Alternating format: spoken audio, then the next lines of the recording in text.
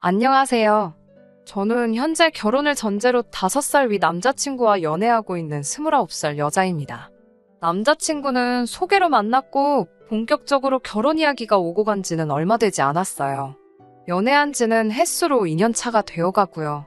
결혼 이야기가 오간 지 얼마 되지 않은 만큼 아직 결혼을 위해 따로 진행된 건 없습니다. 양가 부모님께 서로 인사드리기만 했고 상견례나 뭐 이런 것도 아직 안 한 상태고요. 양가 부모님의 반대가 있는 것도 아니고 오히려 응원받으며 잘 만나고 있었습니다. 처음부터 결혼을 결심하게 된 계기도 남자친구가 연애하면서 저한테 잘하는 모습만 봐왔기 때문에 남자친구의 청혼에 응한 것이었어요. 결혼은 현실이라는 말이 막 와닿는 하루입니다. 연애하면서는 정말 좋은 것만 보러 다니고 맛있는 거 먹으러 다니고 했기 때문에 서로의 가치관이 이렇게 다를 것이라고는 상상도 한 적 없습니다. 사실 연애를 막 시작했을 당시에는 남자친구와 결혼까지 할 거라고는 생각도 해본 적 없습니다. 제 나이가 어리기도 했고 남자친구도 연이은 취직 실패에 공무원 준비를 하다가 여러 번 낙방을 한 뒤 평범한 중소기업에 취직해서 다니고 있었거든요. 주변 지인들에게서는 남자친구가 저와 나이 차이가 많이 나는 것에 비해 하는 일이 별 볼 일 없다, 집안 차이가 조금 나지 않느냐 이런 말들로 제가 훨씬 아깝다는 듯한 이야기들을 몇 번 들은 적이 있어요.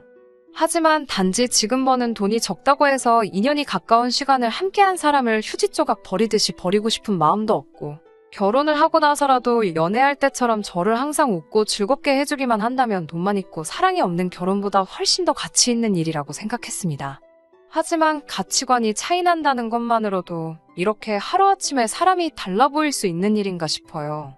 저희 집이 떵떵거리면서 살 정도로 엄청난 부자 집안은 아니지만 맞벌이 하시는 부모님 아래서 부족함 없이 자라왔습니다.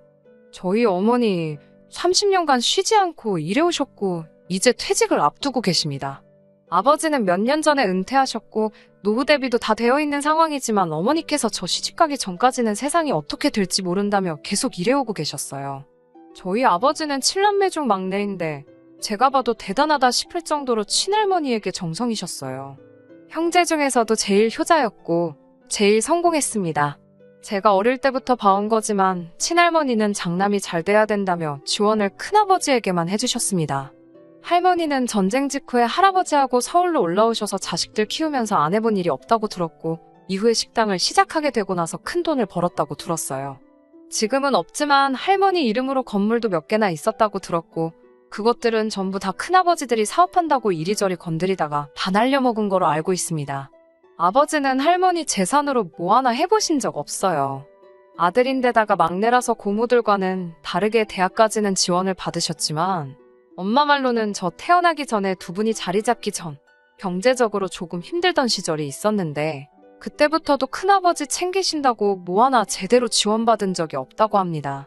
그런데 아이러니하게도 할머니 지원을 받은 큰아버지들은 하던 사업이 망해서 지금은 전국으로 뿔뿔이 흩어져 있는 상태고 그나마 착실하게 대학 졸업하고 회사 생활 하시면서 안정적으로 돈을 모은 저희 아버지가 형제 중에서는 가장 잘 풀린 케이스였습니다. 지원받은 거 하나 없으셨으면서도 아버지는 할머니한테 참 잘했어요. 할머니는 그렇게 쌓아두신 재산을 다 날리고서는 서울 변두리에 있는 연립주택에서 전세로 살고 계시고 거주하시는 전셋집도 저희 아버지가 대부분의 돈을 내서 도와드린 거였습니다. 아버지가 잘하는 만큼 엄마도 할머니에게 참 잘하셨어요. 제가 대학교 다니던 시절까지도 주말이면 가끔씩 할머니 집에 온 가족이 찾아가 집 정리도 해드리고 맛있는 것도 사드리고 했으니까요. 엄마도 내내 일하다가 휴일에 그러는 게 쉽지만은 않았을 텐데 불평불만 하나 없었습니다. 저도 철이 들고 나니 엄마가 얼마나 고생하는지 알아서 아버지한테 대든 적도 있어요. 아버지는 은퇴하셨으니 집에 계시는 시간이 많은데 집안일 하나 안 도와주시고 집안일은 일하고 돌아온 엄마의 몫이었고 할머니 집에 가서도 일하는 건 전부 엄마의 일이었습니다. 엄마도 쉬어야지 않겠냐며 할머니 집 가는 건 이제 그만하자고 아버지께 대들었지요.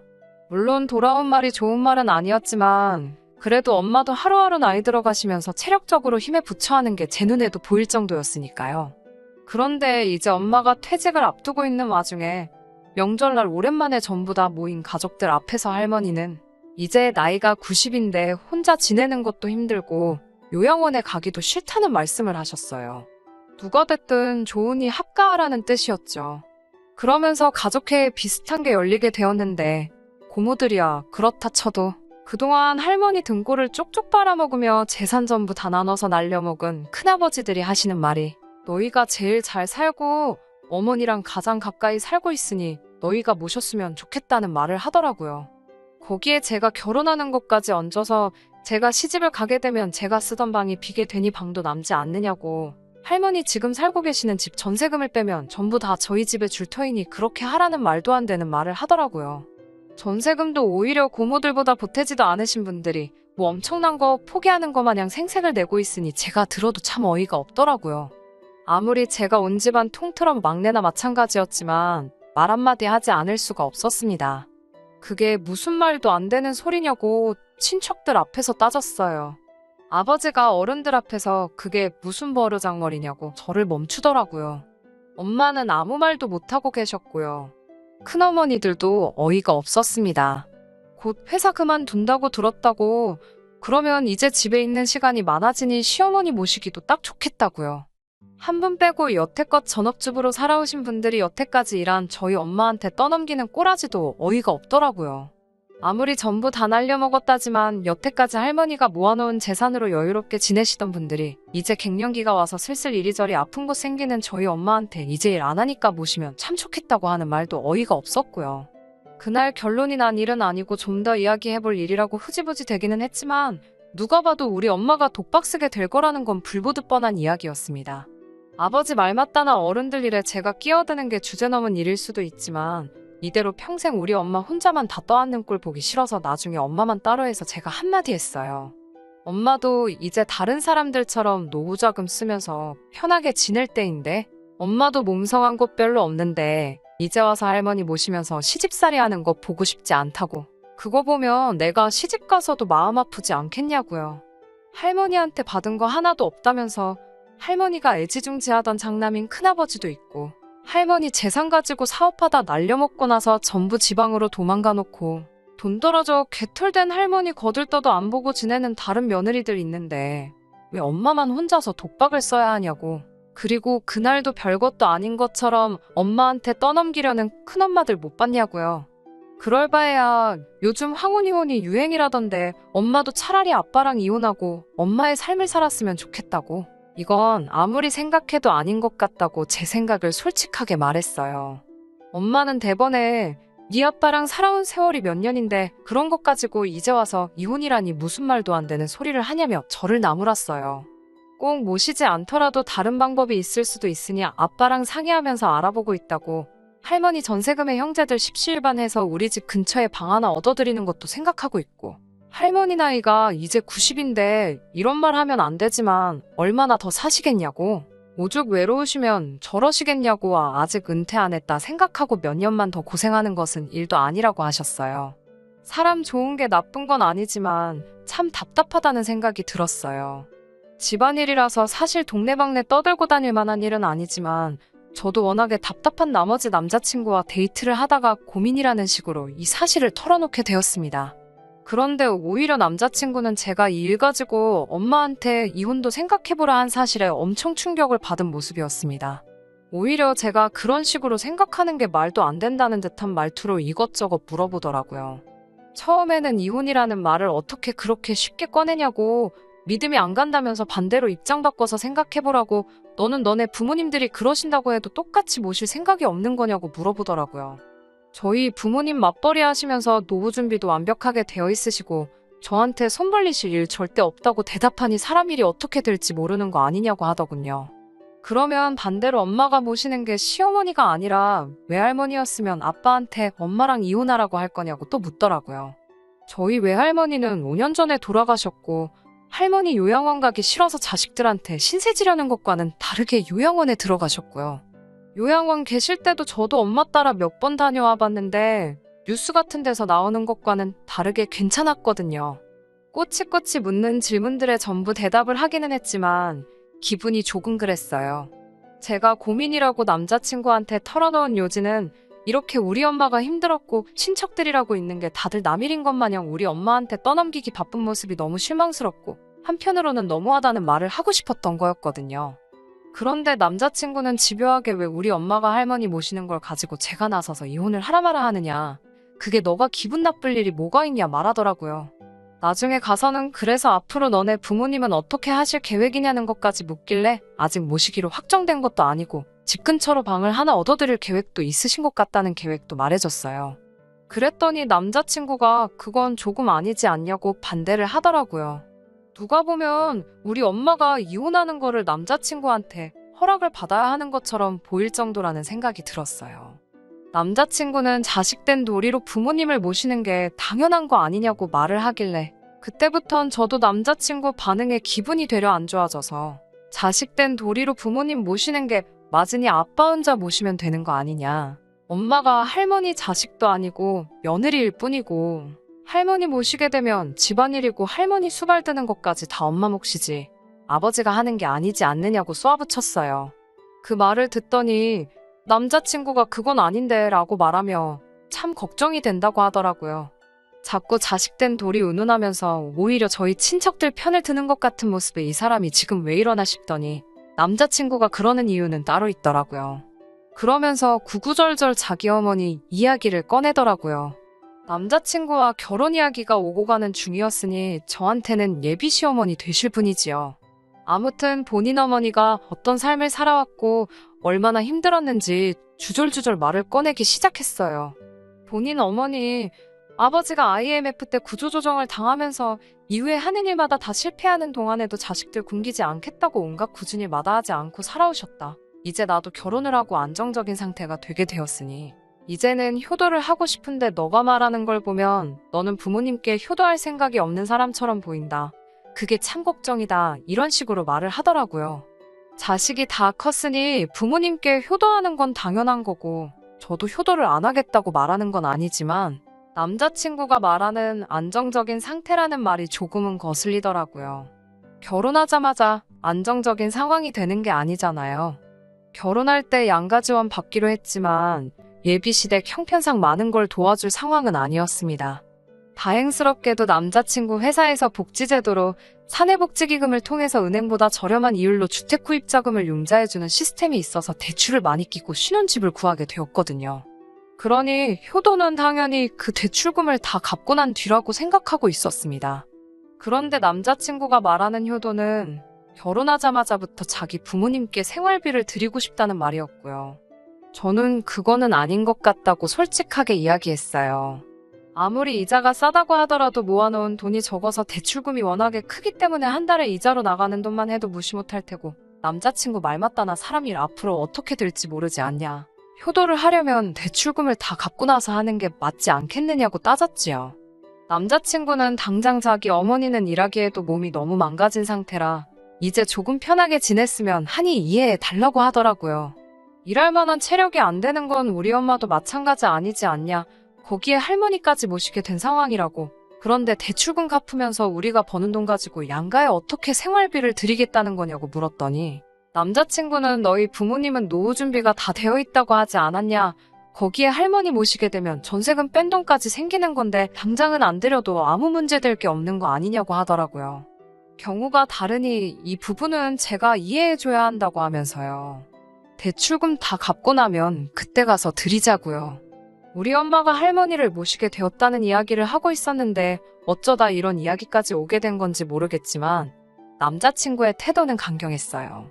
더 이야기해봐야 결론도 나지 않을 것 같고 싸우기만 할 것 같으니 그만 이야기하자고 했는데 남자친구는 끝까지 말을 보태더라고요. 제가 엄마한테 이혼하라고 하는 행동은 너희 어머니가 불효를 하게 만드는 거나 마찬가지라고 하면서 엄마가 제 말을 듣고 이혼을 결정하게 되신다면 부모를 내친 불효자 집안의 여식을 며느리로 드리는 자기 어머니의 기분이 어떻겠냐면서요. 나중에 진짜 우리 도움이 필요할 때 며느리 눈치 본다고 아무 말도 못하지 않겠냐고 그것만 생각하면 참 어머니가 불쌍하다고요. 그 말에 저는 기분이 너무 상해서 당분간 연락하지 말자고 하고 그냥 집으로 돌아왔습니다. 제가 이기적인 걸 수도 있어요. 제가 우리 엄마 챙기듯 남자친구도 자기 부모님 챙긴 건데 그걸 가지고 나빴다느니 내가 옳고 당신이 틀린다는 거 말하기 어려운 것도 사실입니다. 하지만 둘이 결혼을 생각하고 있던 사이인 만큼 서로 생각이 다른 부분에서 조율해가는 게 맞다고 생각해요. 아니, 아무리 의견이 좁혀지지 않는다고 해도 그걸 자기의 기준으로 판단해서 옳고 그름을 따져서는 안 된다고 생각합니다. 더군다나 장모님들 우리 엄마가 불효자라고 말한 건 용서가 되지를 않네요. 솔직히 이제는 확실하게 엄마가 할머니 안 모셨으면 좋겠고 남자친구와 결혼도 다시 생각해보고 싶은 심정입니다. 남자친구도 어디 한번 해보자는 건지 벌써 일주일째 아무런 연락이 없고요. 참 답답한 마음에 이렇게 사연 보내봤습니다. 후기입니다. 벌써 한 달 만인가요? 남자친구와는 결국 헤어졌습니다. 할머니는 저희 부모님이 모시기로 결정되었고요. 결론부터 말씀드리는 것 같지만 다른 이야기가 더 있어서 이렇게 후기 남기게 되었습니다. 남자친구한테 연락이 온 건 제가 사연 보내고 얼마 지나지 않아서였어요. 너 나랑 결혼 안 할 거야? 라고 당당하게 연락을 해왔더라고요. 혹시나 마음이 바뀌어서 연락한 건가 싶어 남자친구 찾아간 제가 바보 같았습니다. 처음에는 사과를 하더라고요. 결혼 준비하면서 서로 조율해 나가야 할 부분을 자기가 일방적으로 말한 것 같았다고 미안하다고요. 거기서 끝날 줄 알았는데 아주 상상도 못한 폭탄을 던지더라고요. 예비 시어머니한테는 제가 이런 생각을 가지고 있다는 건 아직 말은 안 했답니다. 결혼 전인데 벌써부터 저를 싫어하게 만들 수는 없다면서요. 그러면서 제 생각을 알고 싶어서 물어보는 거라고 말을 꺼내더니 자기는 사실 나중에 자기 부모님을 모시고 살 생각이 있어서 그런데 제가 그런 생각을 가지고 있다는 거에 놀라서 그날 그랬던 거라고 설명하더라고요. 저는 남자친구의 폭탄 발언에 놀라서 말도 잇지 못하고 있는 상황이었는데 용돈을 드리는 건 제 말대로 대출금을 다 갚은 이후로 미루자고 하면서 지금이라도 생각 고쳐먹고 어머니가 할머니 모시는 거는 당연한 일이고 윗물이 맑아야 아랫물이 맑은 법 아니겠냐고 저도 어머니를 보고 효심을 배우는 게 어떻겠냐고 하더라고요. 제가 미쳤냐고 차라리 생활비를 드리면 드렸지 모시고 살 생각은 없다고 딱 잘라 거절했더니 남자친구가 싱글벙글 웃더라고요. 그러면 생활비 드리기로 결정한 거다 라고 말하면서 대화를 끝내려고 하더라고요. 남자친구의 유도신문이었고 저는 바보같이 거기에 넘어가고 말았던 거죠. 그래서 저도 알겠다고 참 효자났다고 오빠네 부모님들은 밥을 안 먹어도 배가 부르시겠다고 생활비는 오빠가 앞으로 실컷 드리라고 말하고 그렇게 효자면 그냥 앞으로도 쭉 결혼하지 말고 부모님 모시면서 행복하라고 말하고 집으로 돌아왔습니다.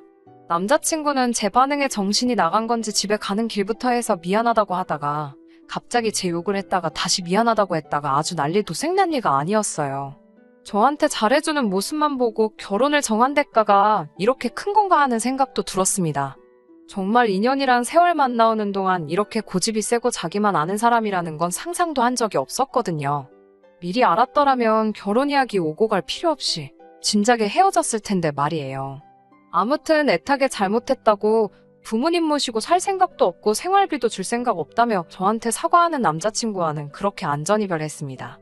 결혼하고 나면 또 어떻게 바뀔지 모르니 기회조차 줘서는 안 된다는 생각이 들었거든요. 아무튼 제 이야기는 이렇게 끝이 났고 우리 엄마와 할머니 이야기가 남았네요. 사실 우리 엄마도 할머니 모시고 살겠다는 결정을 내리기까지 많은 고민이 있으셨을 거예요. 아버지도 엄마의 결정을 듣고 미안한 마음이 더 컸을 거라 생각됩니다. 아무튼 친척들에게 전부 다 연락을 돌려서 최종적으로는 할머니를 모시고 살기로 했으니 생활비조로 얼마씩은 매달 보내줬으면 한다는 통보를 했고 할머니 집 전세금 뺀 돈과 부모님 돈을 합쳐서 제가 다니는 회사 근처에 오피스텔을 하나 얻어주고 제가 독립하는 쪽으로 이야기가 진행되었어요. 그런데 할머니도 생각한 것보다 고단수셨더라고요. 할머니도 다 생각이 있으셨던 거예요. 평생 일궈놓은 재산 날려먹은 자식들과 지원 한번 받지 않고도 끝까지 할머니 챙겨왔던 우리 부모님에 대한 건 이미 계산에 있으셨나 봐요. 그래도 자식이라고 뿔뿔이 흩어져서 제대로 자리도 잡지 못하고 사는 거 마지막에는 신세지고 싶은 게 아니라 도와주고 싶었던 마음이 크셨나 봐요. 사실 할머니가 큰아버지들 때문에 개털이 되기는 했지만 그 와중에도 마지막을 위해 숨겨둔 건물이 하나 있으셨던 거예요. 마음 같아서는 당장 저희 부모님한테 물려주고 싶었지만 그렇게 했다가는 자식들끼리 분란이 일어날 거라는 생각에 마지막에 자기를 모신다고 하는 자식에게 남은 재산을 전부 물려주실 계획이셨던 거예요. 그리고 자기를 나서서 모시겠다고 할 사람은 우리 부모님이 유일할 거라는 것도 알고 계셨고요. 할머니는 모시기로 결정했다는 말을 들으시자마자 우리 부모님 특히 엄마한테 정말 고맙다고 말을 해주셨어요. 그리고 저희 집에 들어가 살 생각 없고 요양원을 들어갈 생각이라고 말씀하시더라고요. 애초부터 같이 살 생각은 없으셨던 거예요. 그 와중에도 엄마는 요양원 들어가실 필요 없다고 이미 어머님 모시고 살려고 결심했고 저도 결혼은 뒤집어졌지만 독립시킬 계획이니 셋이서 오손도손 살자고 하셨고 할머니는 자식 농사 말아먹은 줄 알았는데 한 놈은 성공했고 이런 며느리까지 얻었으니 죽어도 여한이 없다고 여태까지 몰라줘서 미안하다고 고맙다고 하셨다가 사과하셨다가 난리도 아니었어요. 아무튼 이렇게 훈훈하게 할머니 사건은 끝나게 되었습니다. 하마터면 결혼까지 할 뻔했던 남자친구 말이 생각이 나네요. 이런 우리 엄마를 보고 불륜이라고 했던 게요.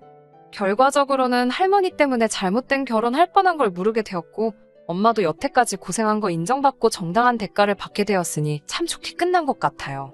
할머니 살아계시는 동안에 저도 다시 제대로 된 좋은 사람 만나서 결혼하는 모습 보여드리고 싶네요. 끝까지 들어주셔서 감사합니다. 오늘의 사연은 여기까지입니다.